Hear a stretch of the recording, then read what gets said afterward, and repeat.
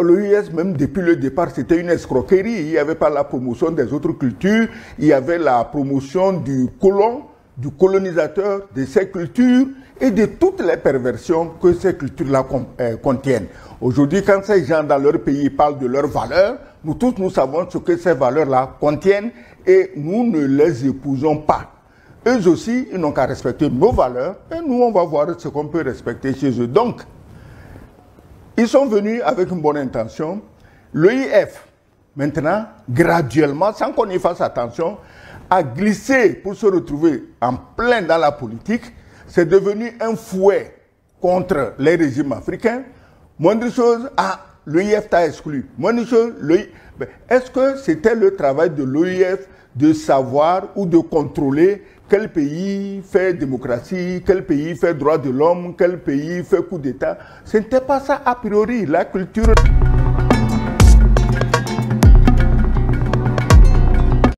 Alors, chers consultants, la sortie du Mali, du Burkina et du Niger, de la francophonie, vous paraît-elle une suite logique, la logique de la dynamique souverainiste qui caractérise désormais la diplomatie de ces trois pays? Didier Alaou. Oui, Gilles Bocor, merci. Vraiment, merci à tous les téléspectateurs qui nous suivent de partout dans le globe. Mais avant de répondre à votre question, vous me permettrez tout d'abord de m'acquitter d'un devoir, celui d'avoir une pensée particulière pour les 44 victimes de Fambita dans la région de Tillabéri à Terra, précisément au Niger. C'était le 21 mars dernier où les forces du mal, les ennemis, ont encore commis cet attentat barbare sur des populations dans ce mois de Ramadan. Des populations civiles. Des populations civiles, il faut le préciser, dans ce mois de Ramadan où, et précisément encore à une heure de prière où les gens se sont rassemblés dans une mosquée pour prier. Alors très sincèrement, nous avons une pensée particulière pour ces victimes, pour leurs familles, pour le pays et tout l'espace AES.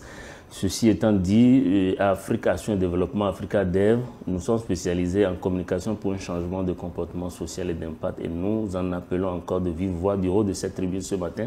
J'en appelle à une synergie d'action de l'AES et de tous les pays pour que vraiment on puisse trouver une solution durable à ce mal.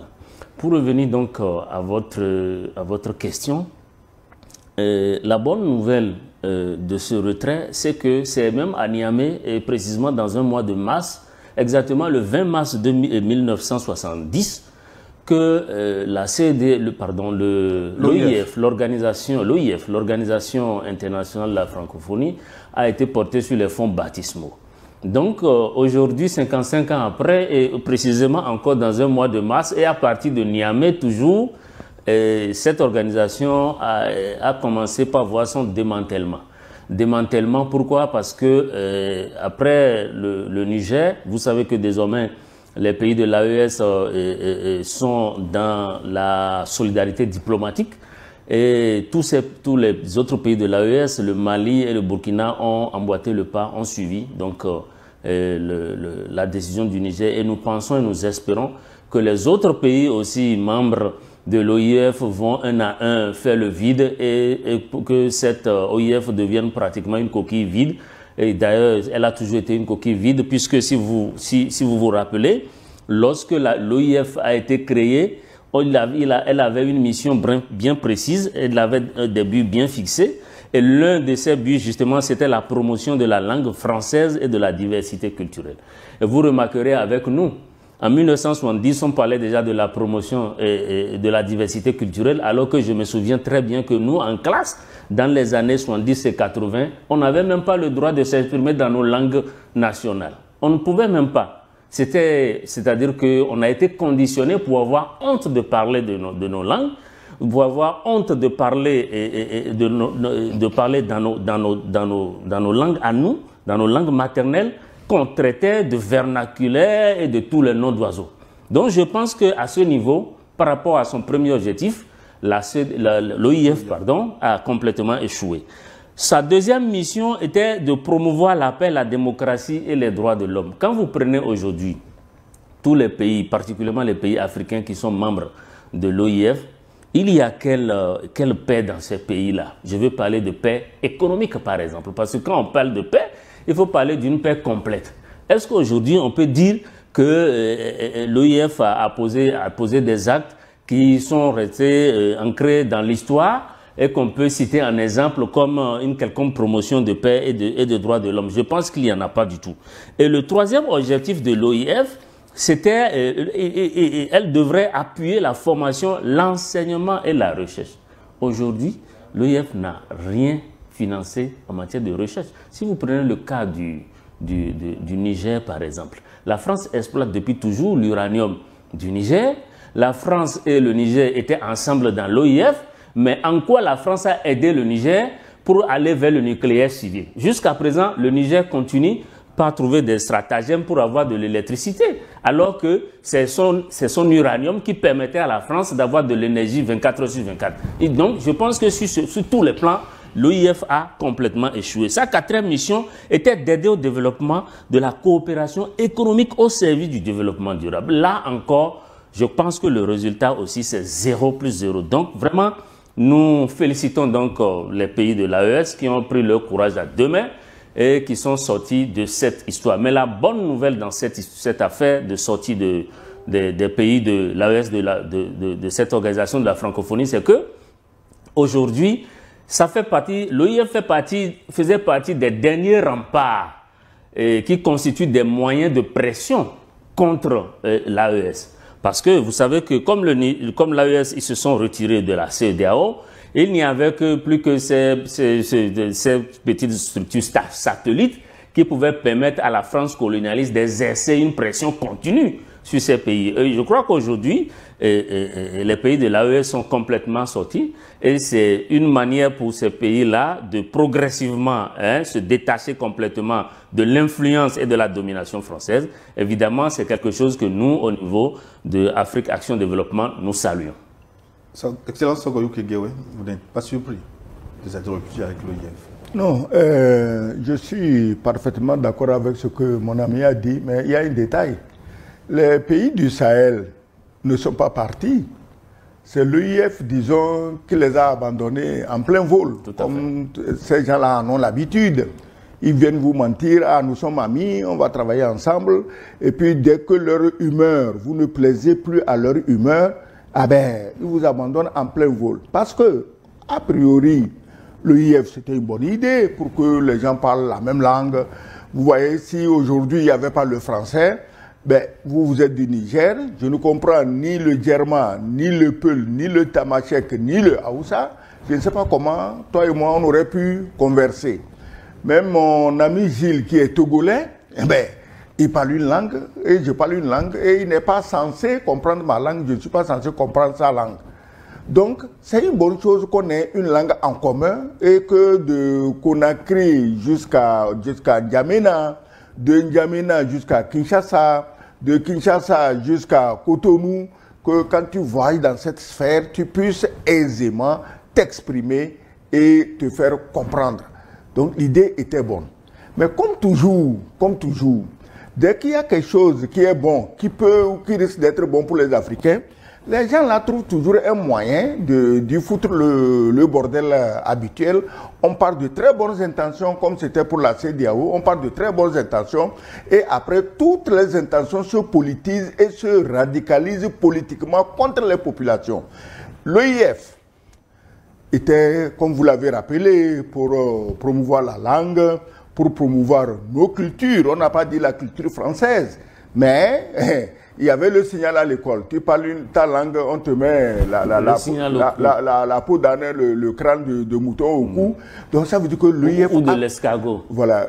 L'OIF, même depuis le départ, c'était une escroquerie. Il n'y avait pas la promotion des autres cultures. Il y avait la promotion du colon, du colonisateur, de ces cultures et de toutes les perversions que ces cultures-là contiennent.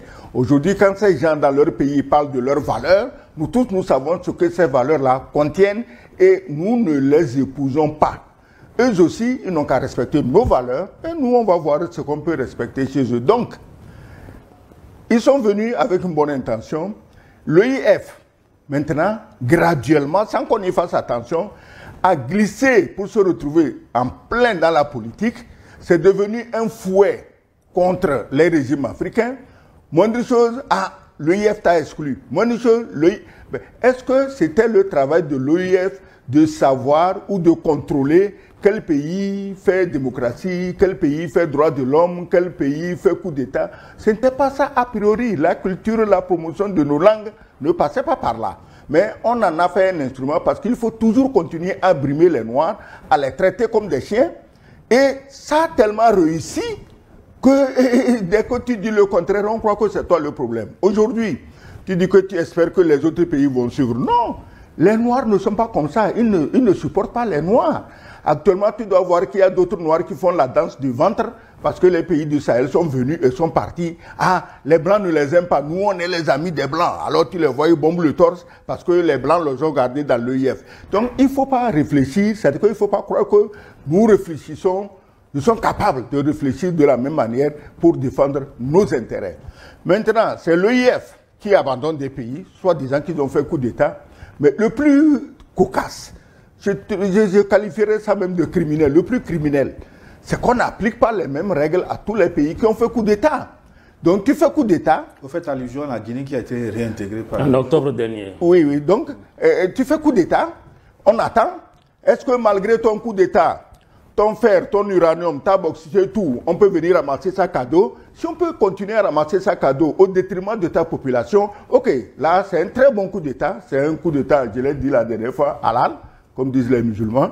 Ah là, toi tu reviens dans l'OIF. Mais si tu as l'outrecuidance, comme le Niger, de dire mon uranium m'appartient, comme le Mali, ah, mon or m'appartient, comme le Burkina, ah, moi, mais on dirait non, ça c'est pas un coup d'État halal, c'est haram. Hein, c'est haram. Donc, toi, on te sort de l'OIF. L'OIF est devenu un fouteur de merde, comme la CEDEAO, comme l'Union africaine. Ils s'en foutent de la souffrance des populations. Tu t'imagines, l'OIF est là pour promouvoir les langues. Et dans nos pays, mais tout le monde parle français. Mais aujourd'hui, qu'est-ce qu'on fait? C'est les Français, là, qui donnent des armes, munitions, couverts, gîtes, à des gens qui se promènent dans la savane, qui n'ont jamais parlé français, pour aller tuer ceux qui parlent français.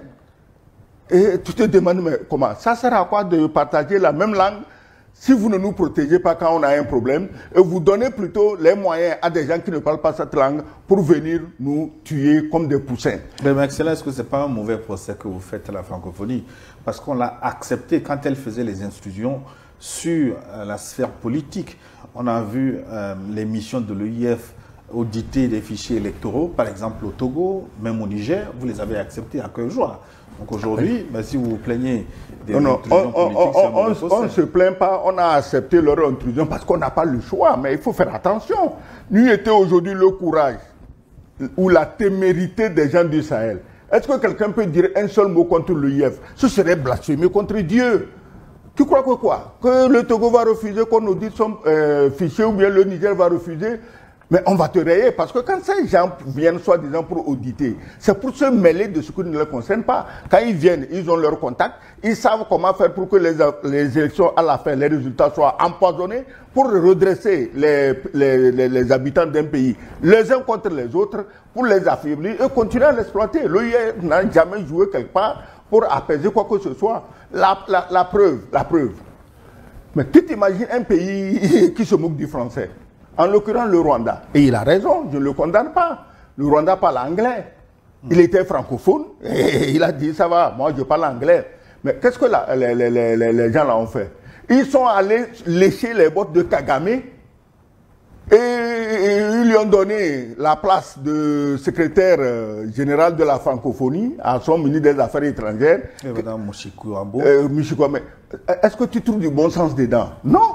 Donc moi, je ne serais même pas surpris que demain, les mêmes Français reviennent lécher les bottes aux gens du Sahel pour leur dire non, calmez-vous, non seulement on va vous réintégrer, on va vous donner le secrétaire général de l'OIF. Un Abdoulaye Diop ferait bien l'affaire.